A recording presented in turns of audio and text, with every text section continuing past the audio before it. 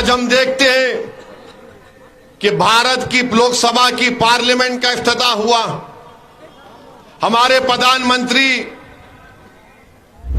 वो एक फोटो आई लेटे हुए हैं।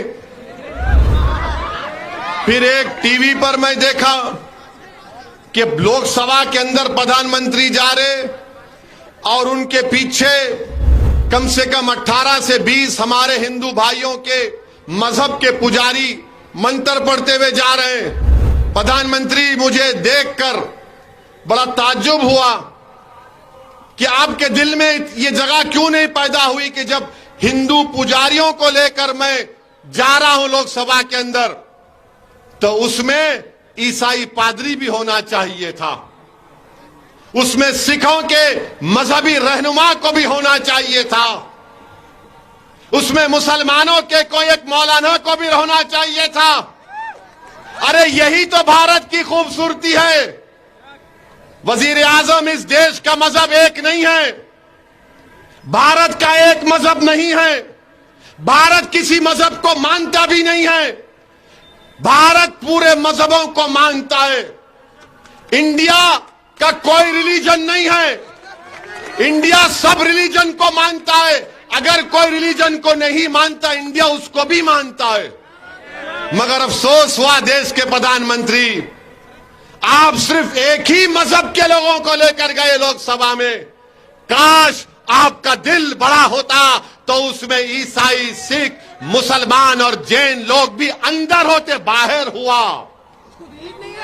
मगर लोग बोलते हैं, अब बोलेंगे नहीं बाहर नहीं हुआ, उस सूर्य रहमान का सूरा नहीं पढ़े। अरे भाई, अंदर भी पढ़ना था, अंदर भी पढ़ना था। यासीन वल कुरानिल हकीम, यह भी पढ़ना था अंदर। मगर प्रधानमंत्री सिर्फ अपने साथ इन्हीं लोगों को लेकर गए। वो लोकसभा का नया इफ्तिताह नहीं दिख रहा था, ऐसा दिख रहा था कि कोई दिल्ली के सुल्तान की ताजपोशी हो रही है। अफसोस हुआ।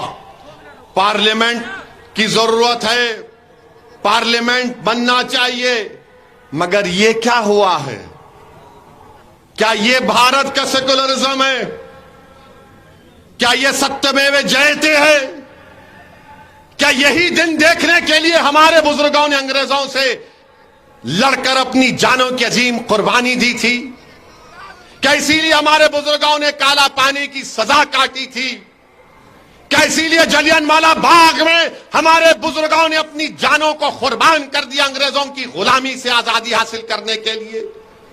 क्या इसीलिए बहादुर शाह जफर के सामने उनके बेटों की कटे हुए सर को लाकर पेश किया गया था? क्या इसीलिए टीपू सुल्तान ने अपनी जान की कुर्बानी दे दी अंग्रेजों से गुलामी को आजाद कराने के लिए? बताइए आप मेरे अजीज दोस्तों और बुजुर्गों, ये देश के वजीर आजम को नहीं करना चाहिए था। मिस्टर मोदी, आप हिंदुओं के भी प्राइम मिनिस्टर हैं, मुसलमानों के भी हैं, ईसाइयों के भी हैं, सिखों के लिए भी हैं, आदिवासियों के लिए आप सब 130 करोड़ जनता के वजीर आजम हैं। आप एक मजहब के नहीं हैं। तो लोग अब कल से बोलेंगे वैसी तेरा मजहब कौन सा है? अरे दीवाने, मैं प्राइम मिनिस्टर ऑफ इंडिया की बात कर रहा हूं, मैं प्रधानमंत्री की बात कर रहा हूं, मैं वजीर आजम हिंद की बात कर रहा हूं। मेरी बात तुम जब करोगे, जब कोई मैं ओहदे पर आऊंगा।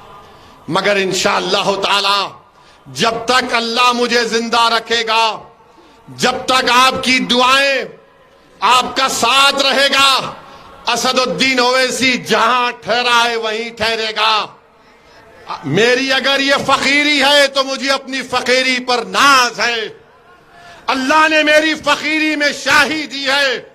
जो मुकाम अल्लाह ने मंजलिस के लोगों को दिया है, वो किसी बड़े बड़े जमात के कायदीन को अल्लाह ने नहीं दिया है। ये अल्लाह का बहुत बड़ा करम और फजल है।